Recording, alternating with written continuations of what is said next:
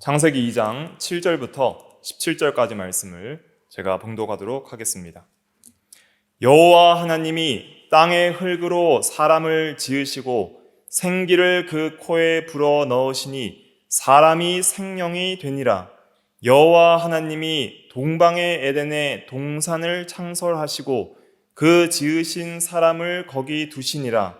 여호와 하나님이 그 땅에서 보기에 아름답고 먹기에 좋은 나무가 나게 하시니 동산 가운데에는 생명나무와 선악을 알게 하는 나무도 있더라.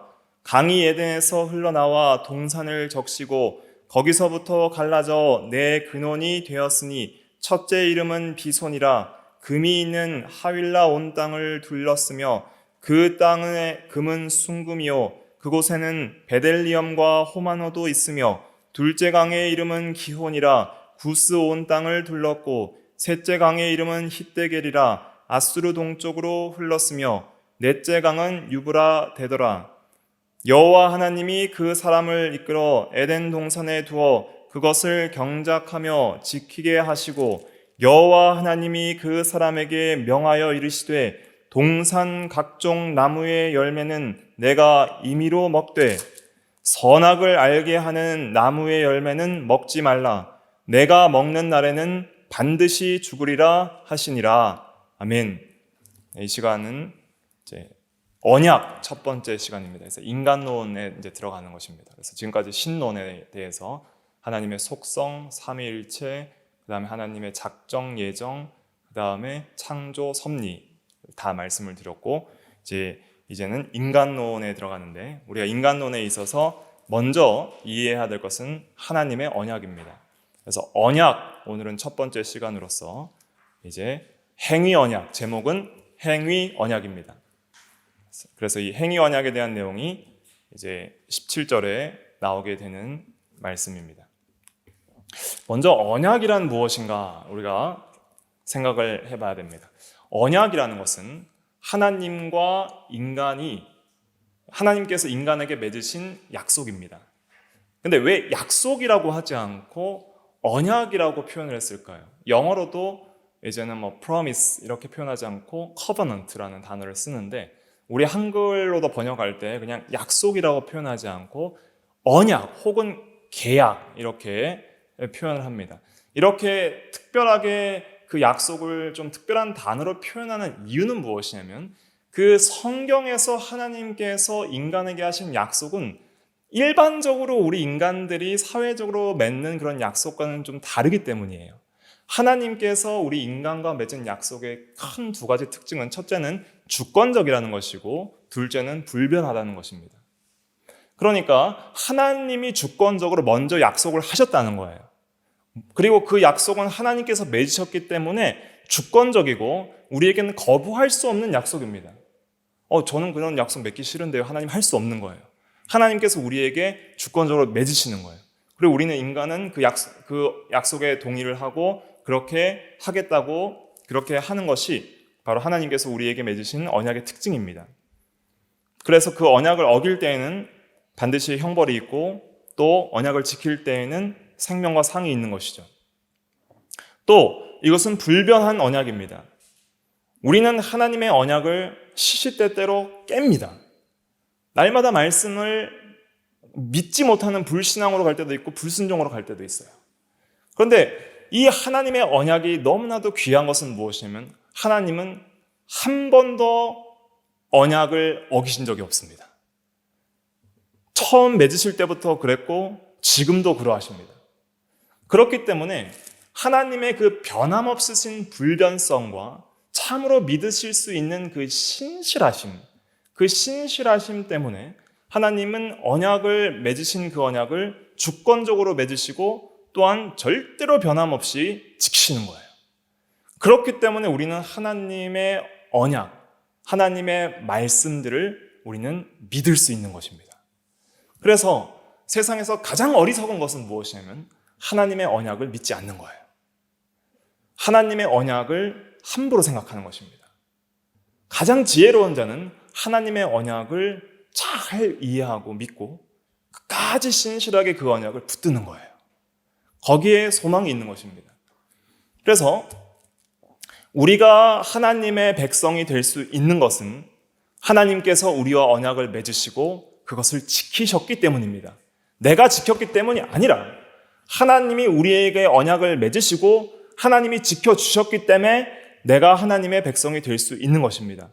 내가 하나님의 자녀와 하나님이 나의 아버지가 되실 수 있는 것은 하나님께서 언약을 우리에게 맺어주시고 그것을 바꾸거나 변경하시지 아니하시고 영원히 지키시기 때문에 우리는 하나님의 자녀가 되는 것입니다.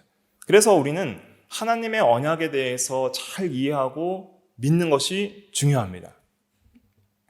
특별히 하나님의 언약은 피로 맺은 언약이다 이렇게 말씀하는 그러한 신학자들도 있는데 이것이 굉장히 성경적 표현입니다.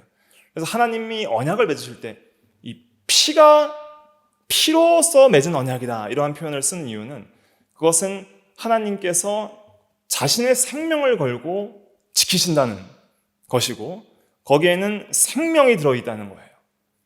그래서 하나님께서 주권적으로 특별히 피로 맺는 그런 언약이 하나님의 언약이다.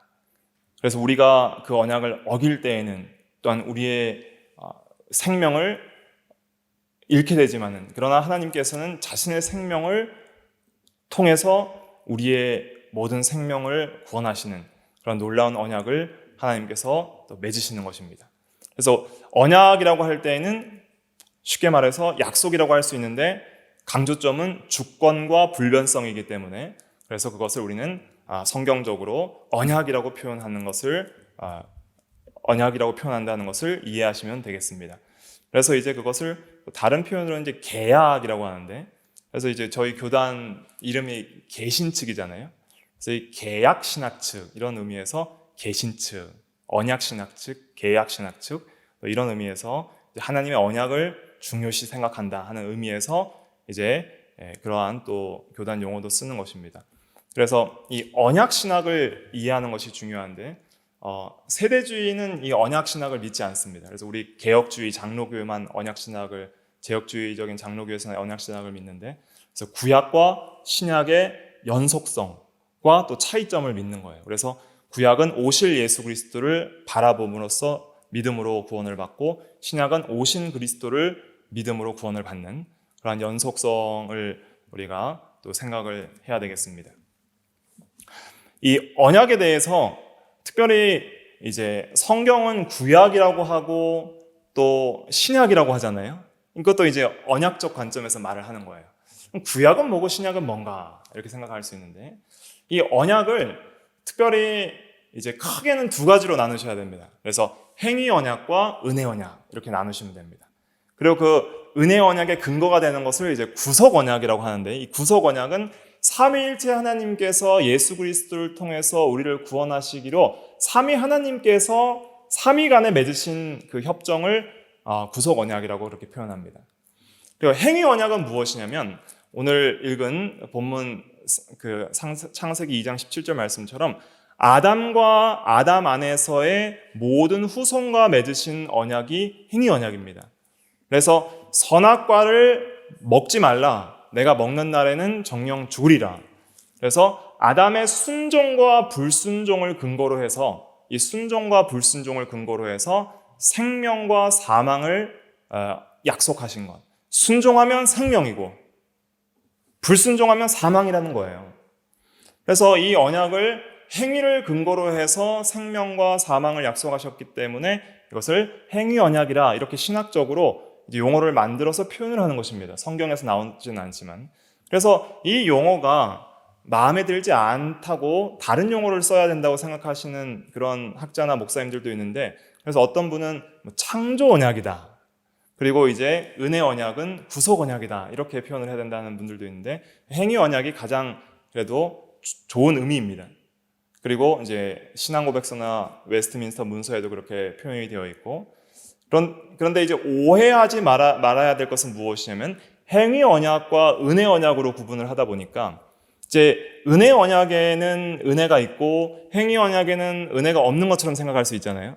절대로 그렇게 생각하시면 안 되는 게 오늘 신앙고백서 또 7장 1항에서 읽었듯이 하나님은 너무나도 피조물과는 너무나도 높으신 분이시기 때문에 모든 피조물들은 하나님께 마땅히 어떤 것을 구할 수 있는 권리가 없고, 또 하나님은 모든 피조물에게 약속을 하셔야 될 의무가 없지만은 하나님께서 피조물에게 어떠한 약속과 언약을 하시고 무엇을 주시겠다고 하시는 것 자체가 하나님께서 낮아지신 것이고, 그것은 은혜가 포함이 되어 있는 것입니다.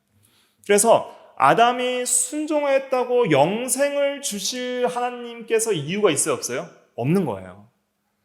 그런데 하나님께서 아담에게 찾아오셔서 어떠한 동식물이나 천사들과도 맺지 않으시는 그런 사랑의 언약을 맺으신 것입니다. 그것이 언약입니다. 그래서 행위 언약도 사랑과 은혜가 거기에 포함이 되어 있는 거예요. 그런데 이 행위 언약을 어겼기 때문에 이제 그 행위 언약을 어긴 것이 바로 타락입니다. 그래서 성경 전체를 이해하실 때는 크게 네 가지로 이해하셔야 되는데, 창조, 타락, 구속, 완성이에요. 창조, 타락, 구속, 완성이 세계 역사입니다. 그것이 성경이 증거하는 세계관이에요. 그런데 먼저 창조했고, 하나님께서 창조하시고 그 다음에 맺으신 언약이 뭐예요? 행위 언약이에요. 근데 타락 전에 맺은 거예요. 그러니까 행위 언약을 깨트린 게 뭐예요? 타락인 거예요. 그러니까 타락을 이해하려면 뭘 이해해야 돼요? 행위 언약을 이해해야 돼요. 그래서 행위 언약을 깬 게 타락이고, 그 타락한 죄인들 중에 일부를 선택하사 구속하시는데, 그 구속하시기 위해서 베푸신 언약이 무슨 언약이에요? 은혜 언약이라는 것입니다. 그러니까 구속을 위해서 하나님께서 또 다른 두 번째 언약을 베푸시는데, 그것이 구속 언약이에요. 그 구속 언약은 성경에서 크게 몇 가지로 나오는데, 이 몇 가지를 다 외우셔야 됩니다. 첫째는 원복음입니다.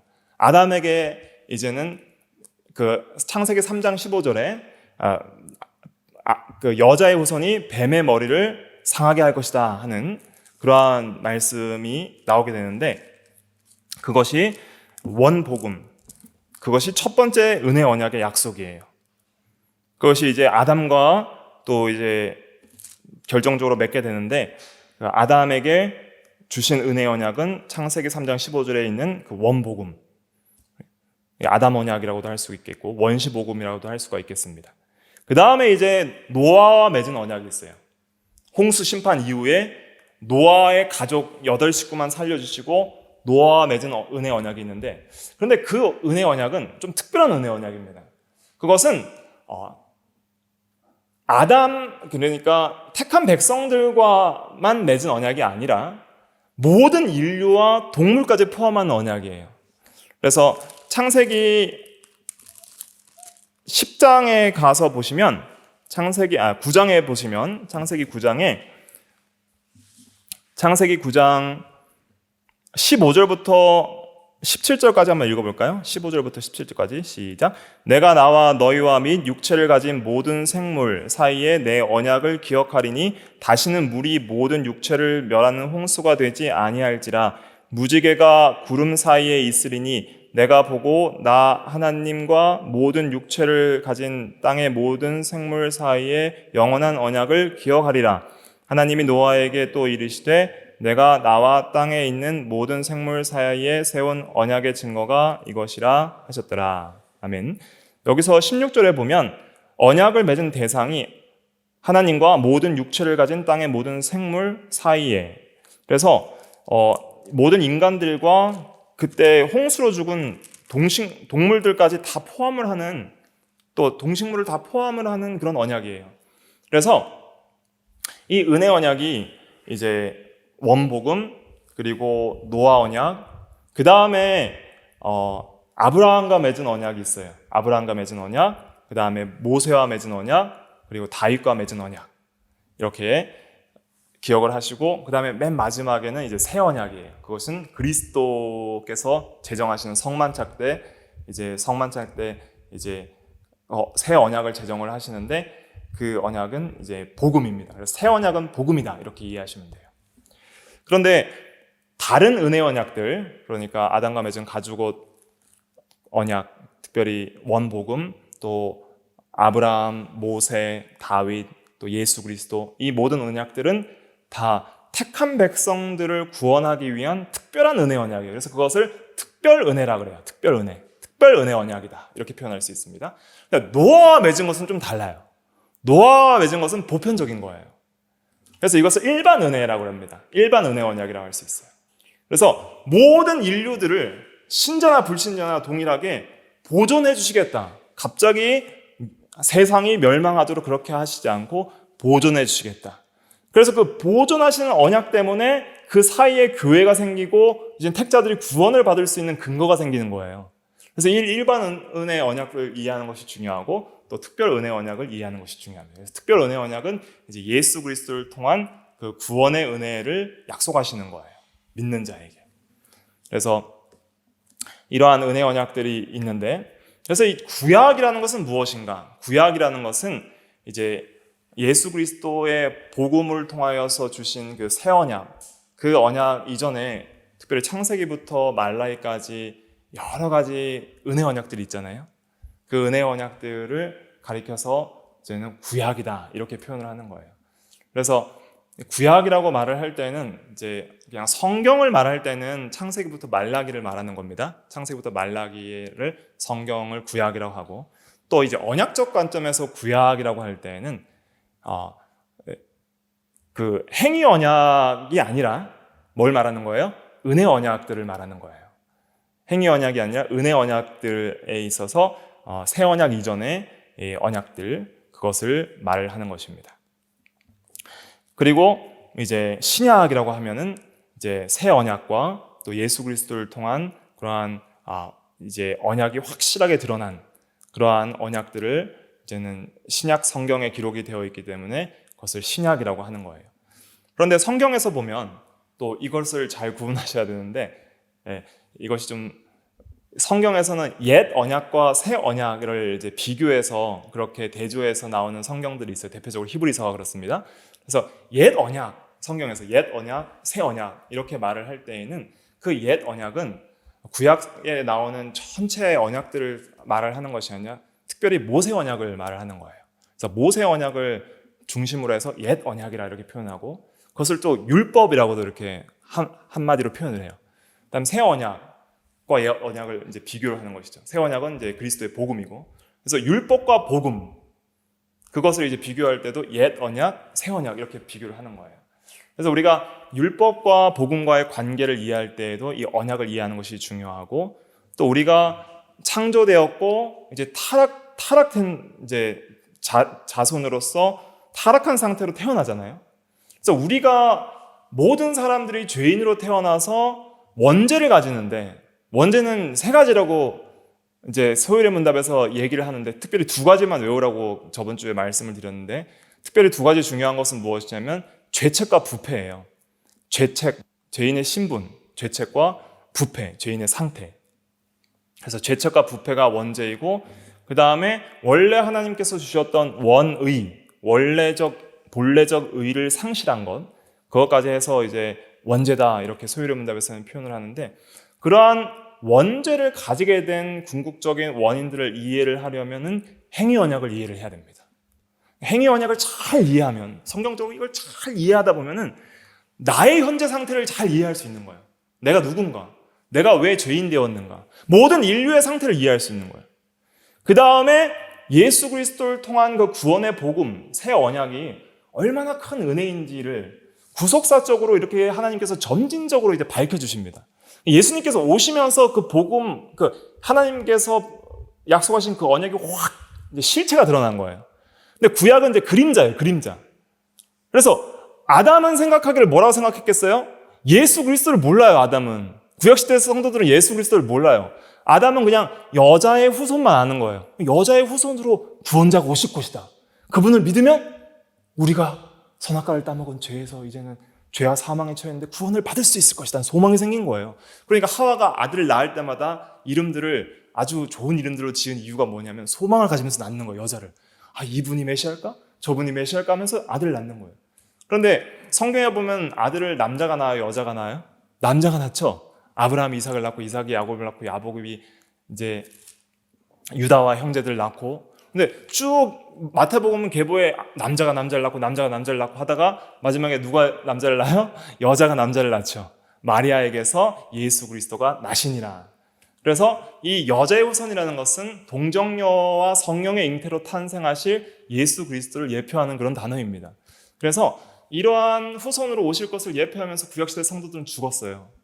그리고 노아는 이제 이 보존의 언약을 받고 또 그 가운데서 이제 구원의 은혜들을 깨닫고 죽고, 그 다음에 아브라함에게 있어서 특별히 하나님께서 아브라함 민족을 선택하시고 아브라함과 그의 자손을 선택하시고 그 자손을 통해서 하나님의 백성을 만드실 걸 약속을 해버리시는 거예요. 그러니까 하나님의 백성을 만드실 것은 언제부터 약속을 하는 거예요? 아브라함 때. 너와 내 후손에 하나님이 되리라 하시면서 이제는 모형적인 하나님의 나라와 백성들을 만드시는 거예요. 그리고 모형적 하나님의 땅인 가나안 땅을 주시고 또 하나님의 임재의 상징인 성막과 성전을 주시고, 그 다음에 그 아브라함에게 약속하신 그 약속이 현실 가운데 안 이루어졌고, 아브라함은 땅도 받지 않고 자손도 하늘의 별과 같이 많아지는 걸 보지도 못하고 죽었지만 그 아브라함과 하신 약속이 성취가 되는데 언제 성취가 되는 거예요? 모세 때 성취가 되는 거예요. 400년 후에 모세 때 남자만 60만 대군이 이제는 출애굽을 하면서 이제 가나안 땅 정복을 갑니다. 그래서 이 아브라함에게 하신 약속이 모세 때 성취가 되고, 또 궁극적으로는 모든 그 언약은 그리스도 때 성취가 다 되는 거예요. 모세 때는 특별히 이제는 율법과 또 하나님 나라의 백성에 대한 모든 제도들을 만드시는 거예요. 굉장히 구체적으로 만드세요. 그래서 옛 언약에서 모세 언약이 중요한 건 무엇이냐면, 모세 언약 때는 하나님께서 백성도 만드시죠. 그 다음에 율법이라는 법을 잘 주셔서 하나님의 백성으로서 어떻게 살아가야 될지 이러한 법을 제정을 하시고 또 땅도 차지하게 하시는 그러한 일들을 이제 하시기 때문에 이 구약에서 모세 언약이 상당히 중요한 위치가 또 있는 것입니다. 그래서 대표적으로 율법이다 이렇게도 표현을 하는 것이죠. 그리고 이제 다윗 때에 와서는 다윗의 자손으로서 다윗의 그 집안, 다윗의 왕위가 절대로 끊이지 않겠다 하는 그 약속을 통해서 다윗의 후손으로서 메시아가 구원자가 오실 것을 약속해 주시는 그 언약이 사무엘하 7장에 나오는 것이죠. 그래서 다윗 왕권은 현세적으로는 끊겼죠. 그렇지만 그리스도를 통해서 영원한 거예요. 그리스도가 다윗의 후손으로서 영원한 왕이시기 때문에, 그리고 그리스도 안에서 우리는 왕 같은 제사장이기 때문에 그 영원한 왕권을 통해서 이제는 이 메시아의 왕국에 대한 하나님의 나라에 대한 소망을 가지게 하셨던 것이죠. 그러면서 그 모든 이 아담과 맺은 창세기 3장 15절의 원복음, 노아와 맺은 언약, 아브라함과 맺은 언약, 모세와 맺은 언약, 다윗과 맺은 언약, 그 언약들이 점진적으로 이제는 그리스도를 밝히 밝혀주면서 하나님의 나라에 대한 그러한 어떤 소망을 밝혀주면서 예수 그리스도가 오심으로써 이제는 그 실체가 확 드러난 거예요. 그 하나님의 약속하신 언약의 실체가. 그러면서 이제는 예수 그리스도께서 성만찬 때 내가 이제 이 잔은 내 피로 세우는 새 언약이니 하면서 나의 피로 이제는 하나님의 택하신 백성들을 구속하고 누구든지 믿는 자는 구원을 얻게 해주시겠다. 믿는 자는 구원을 얻게 해주시는 그 언약을 맺으시는데, 그것이 이제 새 언약이고 복음이 되는 것입니다. 그래서 이러한 큰 언약에 대한 큰 신구약의 줄거리 가운데 이제 그리스도의 새 언약 이전에는 세례 요한까지가 마지막 이제 선지자인 거예요. 세례 요한까지 마지막 선지자고 그 구약에 속한 선지자들이에요. 신약에 드러나는데 그건 구약에 속한 선지자예요.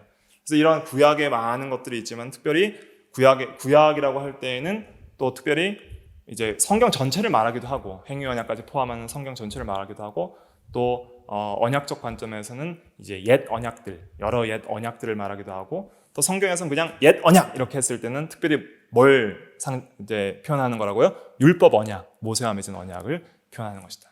그리고 새 언약은 이제 복음이다. 이렇게 생각을 하시면 되겠습니다.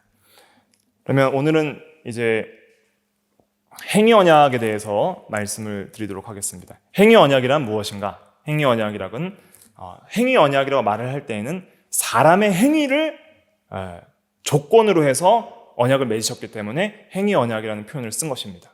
그것에도 은혜와 사랑이 있지만은 사람의 행위, 즉 순종과 불순종을 따라서 순종하면 뭐예요? 영원한 생명. 그것이 생명나무가 의미하는 바입니다. 생명나무에 과실을 주어 먹게 하리라 하는 말씀이 요한계시록 2장 7절에 나오죠.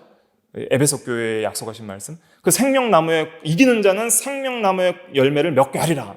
그렇게 예수 그리스도께서 계시록에 약속을 하시는데, 그 약속을 만약에 아담이 선악과를 막지 않고 지켰으면 그 생명나무 열매를 먹을 수 있었을까요? 없었을까요? 먹을 수 있었던 거예요.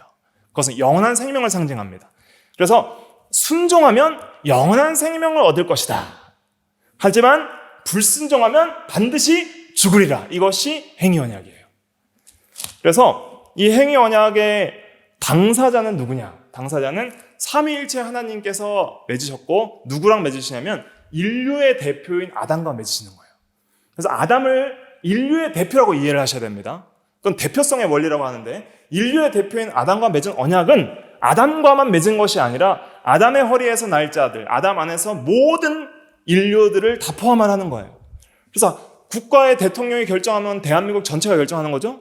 국가 대표가 올림픽에서 메달을 따면 대한민국 전체가 메달을 딴 것처럼 이 사회에서도 대표성의 원리가 존재하는데, 성경적으로도 이 대표성의 원리에 따라서 이제 이 아담과 하나님께서 맺으셨지만은 아담과만 맺으신 것이 아니라 아담과 그리고 그 인류 대표인 아담 안에 있는 모든 인간과 행위 언약을 맺은 거예요. 그러면 우리도 행위 언약을 맺은 거예요, 안 맺은 거예요? 맺은 거라고 보셔야 됩니다. 나는 그리스도인이 아닌데요? 나는 유대인이 아닌데요? 저는 교회 다니지 않는데요? 하는 불신자들도 행위 언약을 맺었어요, 안 맺었어요? 맺은 거예요. 그걸 깨닫는 게 중요합니다. 그러니까 우리도 다 행위 언약을 맺었다는 거예요, 아담 안에서. 그리고 아담이 순종을 했으면 우리는 다 뭘 얻었을 거예요? 영원한 생명을 얻었을 것입니다. 그런데 아담을 불순종함으로 우리도 어떻게 돼요? 죄와 사망에 처하게 된 거예요. 그것을 언약적 관점에서 대표성의 원리를 따라서 아담 안에서 우리가 원죄를 가지게 되었다는 것을 이해하는 굉장히 중요한 성경적 그러한 진리입니다.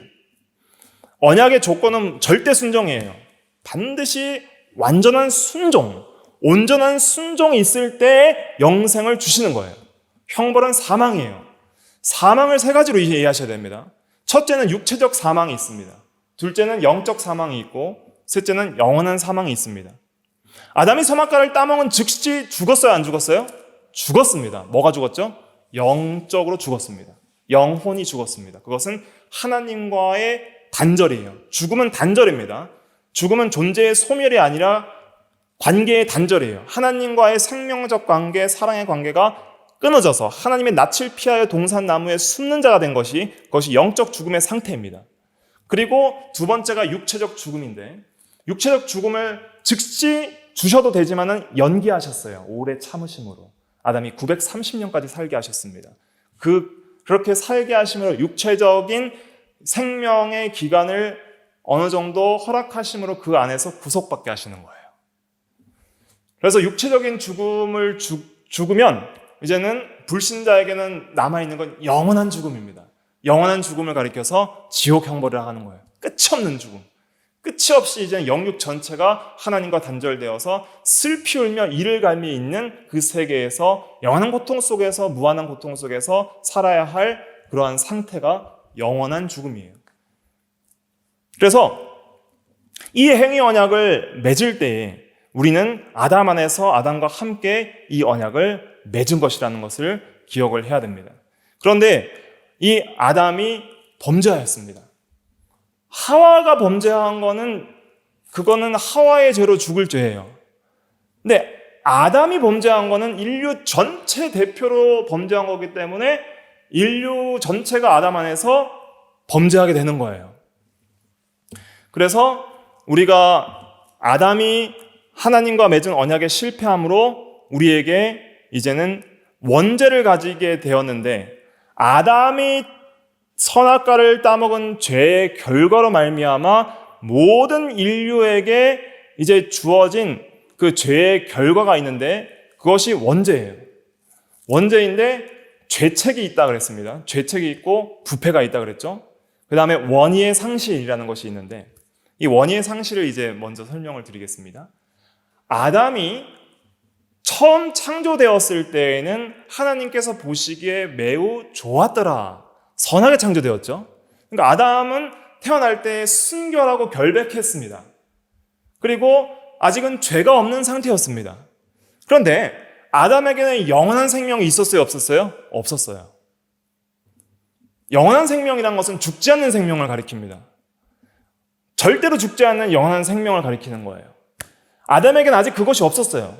그 생명을 뭐 하면 주신다는 거예요? 선악과를 따먹지 않고 완전한 순종을 하면, 순종이 의고 의가 생명이기 때문에 그 완전한 순종으로 적극적 의를 이루면 영원한 생명을 주시겠다는 거예요. 이걸 잘 기억하셔야 됩니다.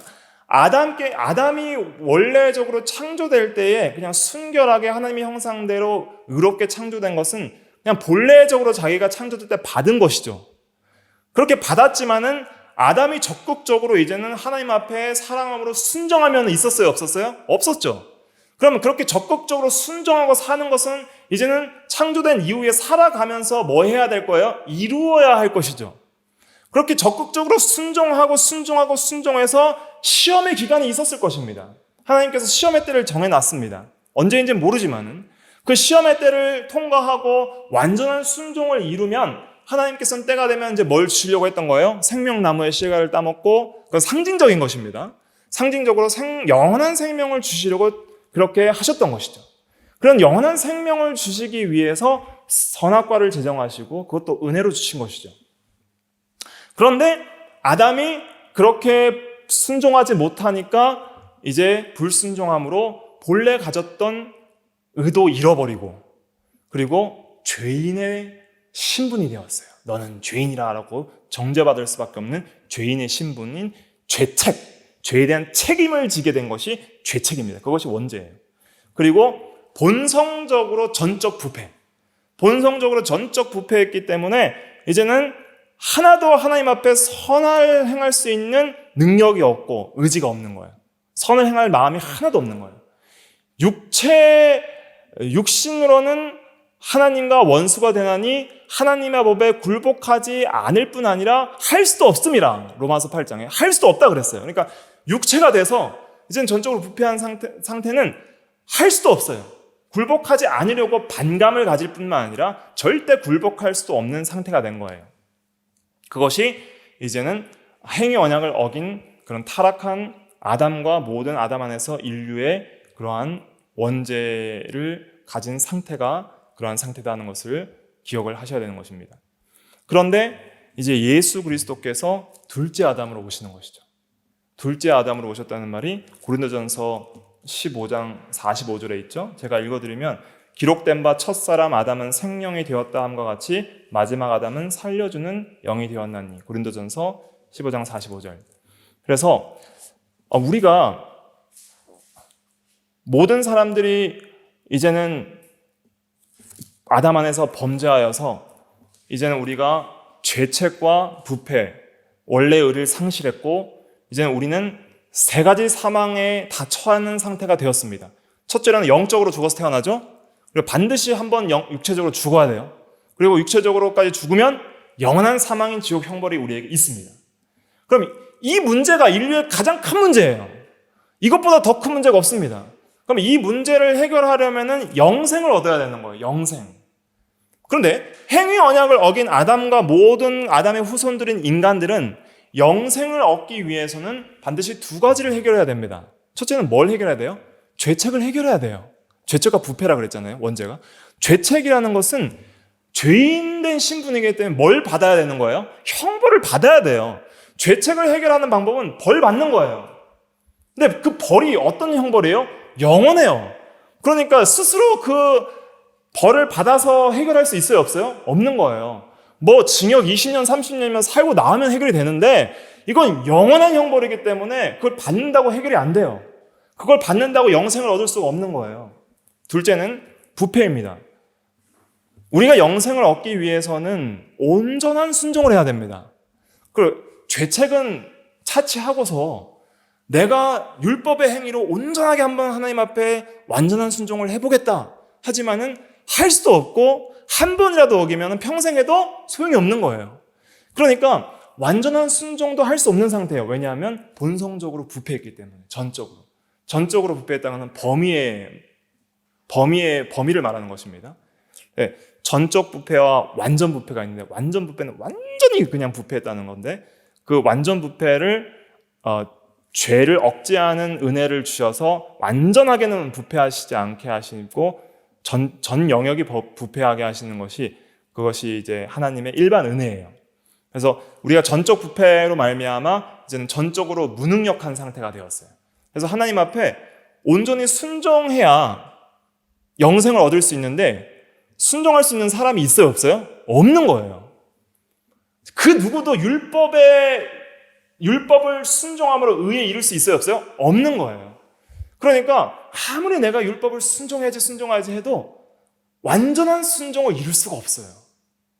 그렇기 때문에 우리는 절대 영생을 얻을 수 없는 존재가 됐습니다. 행위 언약을 어긴 아담과 모든 인류는 절대 영생을 얻을 수가 없는 거예요. 영원한 생명이라는 것은 하나님과의 생명적 연합을 가리키는 것이고, 그리고 이 영원한 생명은 절대로 이룰 수 없는 그런 더 이상 이룰 수 없는 영원한 생명을 가리키는 거예요. 영원한 거예요, 말 그대로. 근데 아담은 생명을 이룰 수 있는 존재였어요, 아니었어요? 이룰 수 있는 존재였어요. 그러니까 첫사람 아담에게는 영생이 없었어요. 이걸 이해하는 게 중요합니다. 타락 전에는 분명히 의로웠지만은 그러나 범죄할 수 있고 생명을 이룰 수 있는 상태였다. 그런데 예수님께서 이 두 가지 문제를 다 해결하시는 거예요. 죄책과 부패를. 그래서 예수님께서 오셔서 내가 받을 형벌을 누가 받으신 거예요? 예수님이 십자가에서 다 받으신 거예요. 예수님께서 십자가에 죽으신 그 6시간 동안 십자가에 달리시고 돌아가신 그 사건은 단순한 사건이 아니라 모든 택한 백성들의 현재와 과거와 미래의 모든 죄를, 개개인의 모든 죄를, 모든 택한 백성들의 죄를 합쳐서 그 한순간에 그 모든 죄인들이 받아야 할 영원한 지옥 형벌을 그 한순간에 한 점에 다 받으시는 거예요.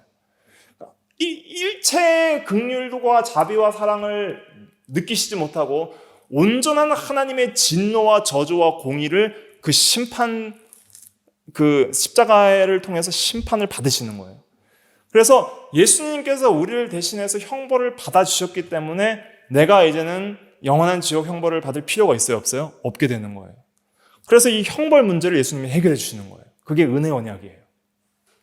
두 번째는 완전한 순종을 우리가 할 수 없는데 예수님께서 뭐 해주신 거예요? 완전히 순종해 주신 거예요.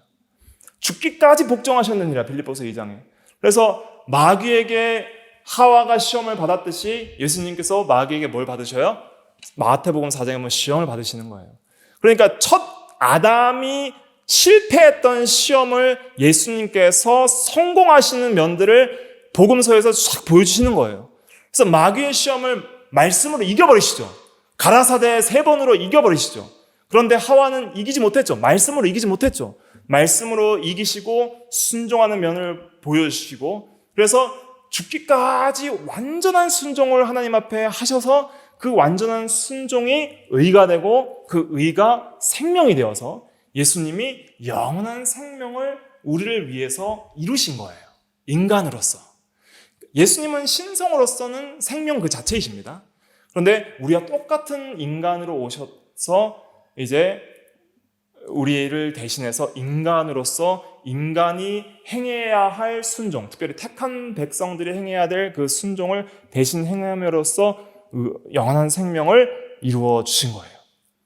그리고 형벌을 받으실 때에는 죄가 없는 사람이 형벌을 받아야 되는데 예수님은 죄가 없으시죠. 그렇기 때문에 우리를 대신하여서 형벌을 받으시되 죄가 없기 때문에 우리의 죄를 대신 사해 주실 수 있었던 것이죠.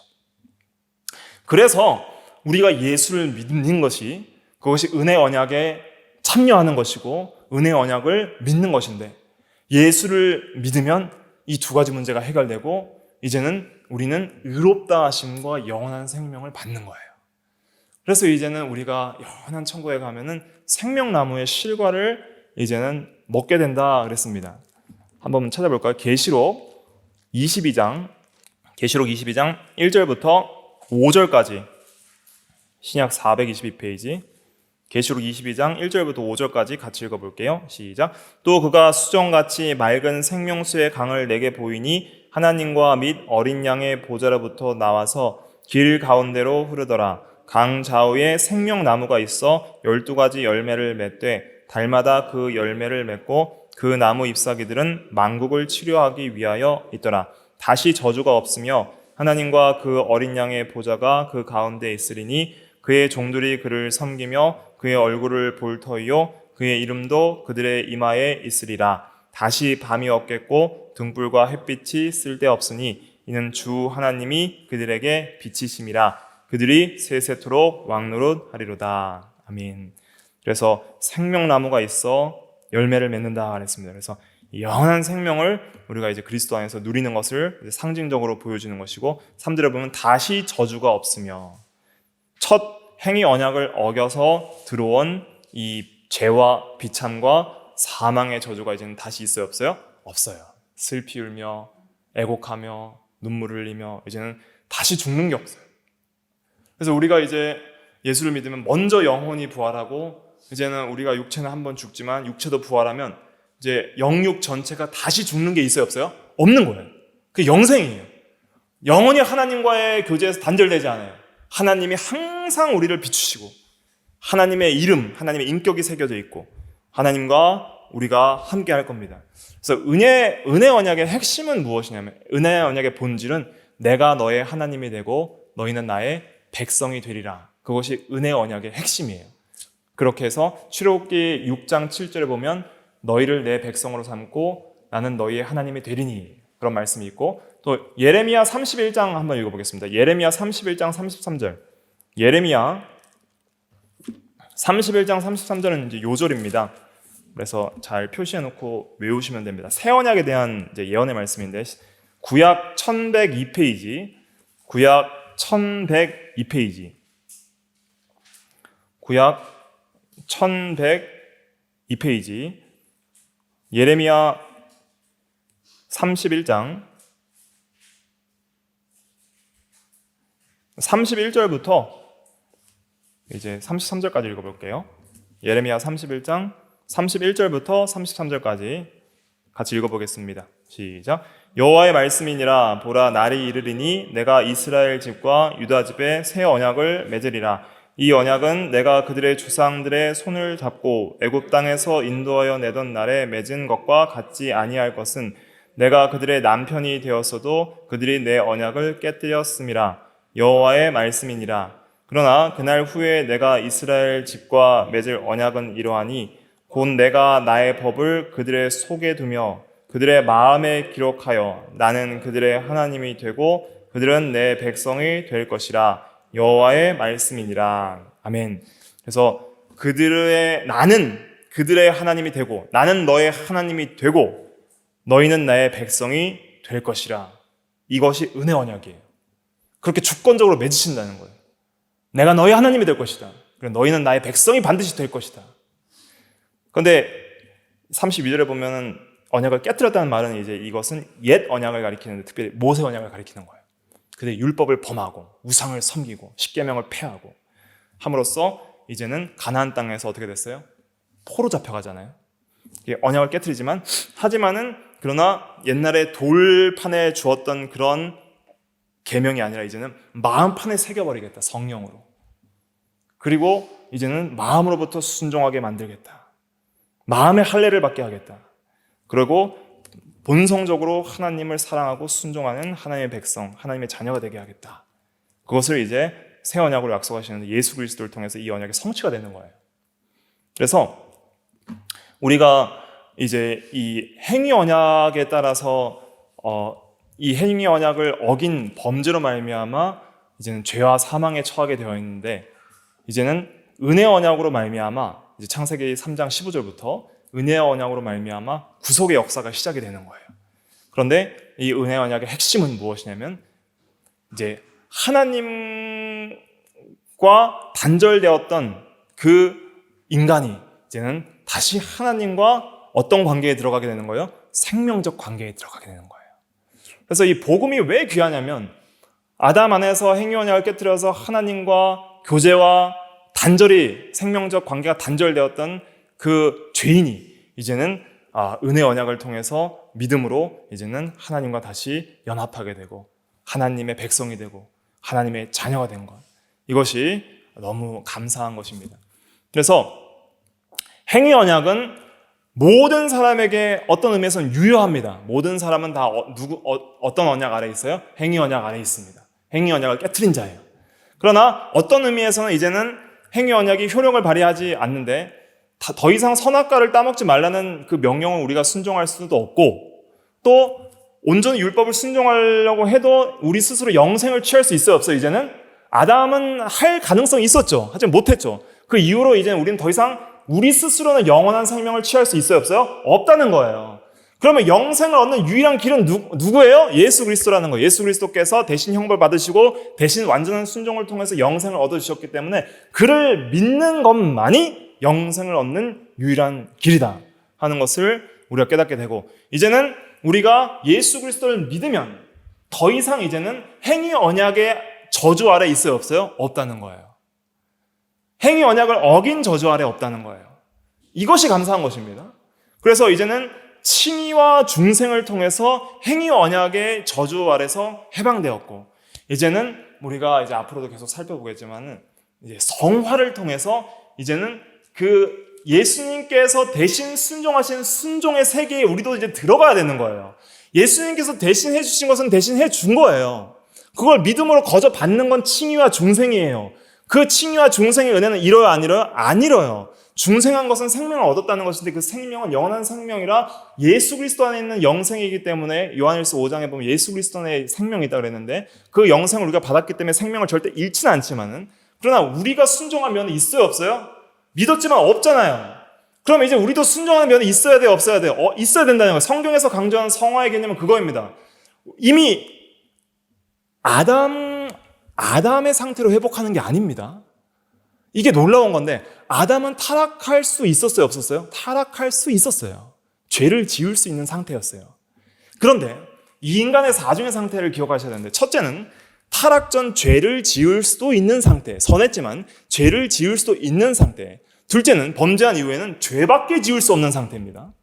그 다음 셋째, 예수를 믿은 후에는 죄를 짓지 않을 수도 있는 상태예요. 그러니까 더 이상 이제 영원한 생명을 잃지는 않지만은 우리가 죄를 안 지을 수 있는 성화의 삶을 이제는 실제적으로 살아야 하는 그러한 이제 어떤 의미에서는 우리도 이제는 연단과 시험의 과정을 지금 겪고 있는 거예요. 첫사람 아담에게 연단과 시험의 과정을 겪게 하셨듯이 그렇게 우리도 지금 예수 그리스도를 믿은 이후에 연단과 시험의 과정이 있어요. 근데 아담과 우리는 완전히 다른 은혜를 받았는데 어떤 게 다르냐면 아담은 죽을 수도 있었어요. 근데 우리는 절대 죽지 않는 생명을 이미 주시고 이미 법적으로 의롭다 해놓으시고 이제는 이 완전한 생명을 더 풍성하게 누릴 수 있도록 자라나는 성화의 과정을 겪게 하시는 거예요. 그리고 그 과정이 끝나면 이제는 영화의 상태에서 영원히 죽지 않는 죄를 절대로 지을 수 없는 상태로 반드시 이끌어 가시는 거예요. 반드시 우리 구원은 보장되어 있고 확실하게 이루어질 것인데 무엇 때문에 그래요? 하나님의 언약 때문에 그렇습니다. 우리의 어떤 행위 때문에 그런 것이 아니라 하나님이 그렇게 언약하셨기 때문이에요. 그럼 이제는 우리는 영생을 이루어 나가야 돼요. 영생을 취해 나가야 돼요. 영원한 생명을 이미 얻었지만 칭의와 중생을 통해 이미 얻었으면 그러나 아직은 완전하게 이루지 못한 부분이 있기 때문에 이제는 예수님의 순종을 본받아서 그 순종을 힘입어서 그러니까 예수님이 완전히 순종해 주셨기 때문에 우리가 예수 그리스도를 따라 살면 성령을 따라 행하면 이제는 육체의 욕심을 이루지 않고 이제는 순종할 수 있는 은혜들을 주셔서 할 수 있도록 만들어 주신다는 거예요. 그래서 디모데 전서 6장에 보면 영생을 취하라, 선한 싸움을 싸우라 이런 말이 있거든요. 영생을 이미 얻었는데 이미 얻은 성도에게 또 영생을 취하라는 의미는 무슨 의미인가? 실제적 순종의 삶을 살아서 예수님께서 그렇게 영생을 취하였듯이 우리도 취하는 삶을 살 때에 이제는 그 영생의 세계에서 주시는 하나님의 복을 실제로 누리는 삶을 그때 할 수 있다는 거예요. 그리고 예수를 믿는데도 전혀 하나님과 동행하지 않고 하나님 나라의 안식을 맛보지 않고 성령 안에서 의와 평강과 희락의 세계를 맛보지 않고 주 하나님 안에서 주시는 영생 때문에 죄와 사망의 구원을 받은 그 은혜 때문에 그 감격 속에서 항상 안식하며 기쁘고 즐겁게 살아가지 못하고 날마다 하나님 없이 살아가면 영생은 얻었지만 영생을 취하지 않는 불신자와 방불한 삶을 성도들도 살아갈 수 있는 것이죠. 그러니까 우리가 이제는 이 행위 언약에 더 이상 그 구속받지 않는 행위 언약의 언약을 어긴 그러한 데에서 더 이상 구속받지는 않지만은 그럼에도 불구하고 우리가 또 해야 할 것이 있다. 그게 뭐예요? 이제는 영생을 취해 나가는 것, 완전한 순종을 해 나가는 것. 그것이 참으로 중요한 우리의 또 사명이고 평생의 중요한 사명입니다. 한 구절만 읽어보고 마칠게요. 시간이 좀 많이 갔지만 중요한 부분이라서 로마서 8장 한번 찾아보겠습니다. 로마서 8장